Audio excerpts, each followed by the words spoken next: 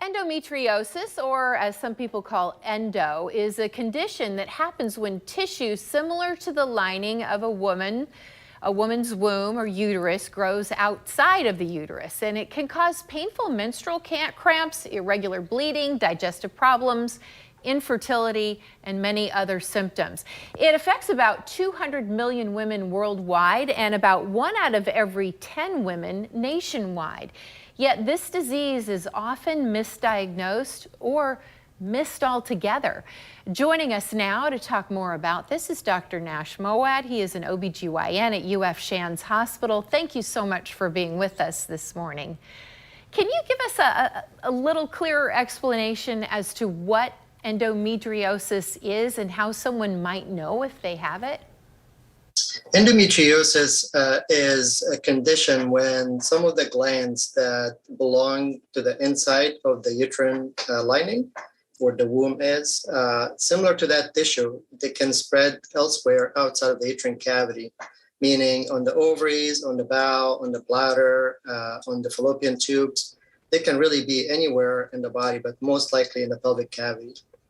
It does affect about 10% of women, and it does cause painful periods, pain with bowel movement sometimes, pain with urination, sometimes pain with sexual activity, and it can cause infertility as well.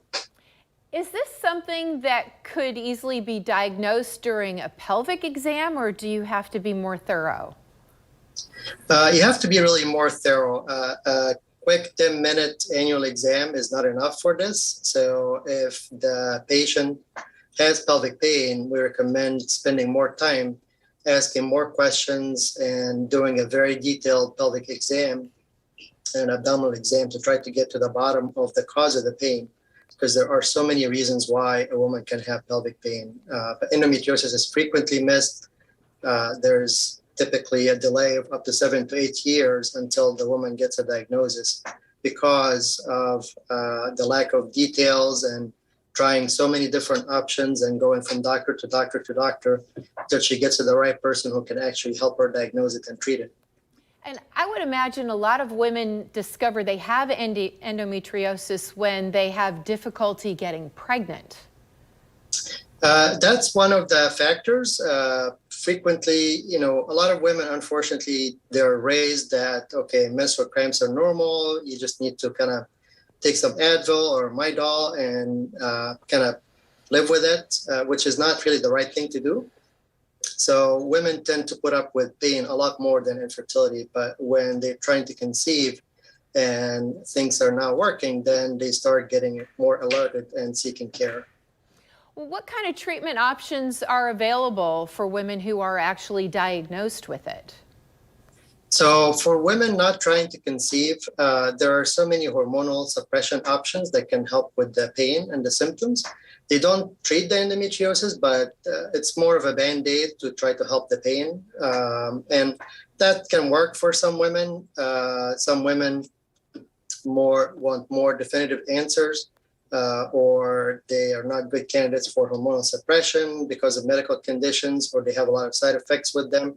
And that's when surgery comes in play. For women trying to conceive, obviously hormonal suppression is not an option.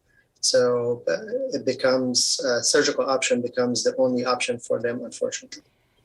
And Dr. Moawad, in the short time we have left, is this something that could possibly go away on its own with menopause, or if there's a lot of pain, is it absolutely necessary to get it treated and not wait?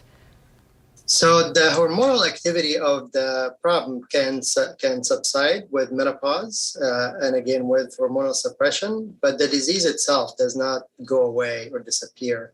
So the symptoms may get better somewhat, but they may continue as well. So if we see a woman in menopause still suffering with pelvic pain, we shouldn't discount it and say, well, it's not endometriosis since you're in menopause. Mm-hmm. Great advice there, Dr. Nash Moawad from UF Health. We certainly appreciate your joining us this morning and shedding some light on this issue. Thank you so much for having me.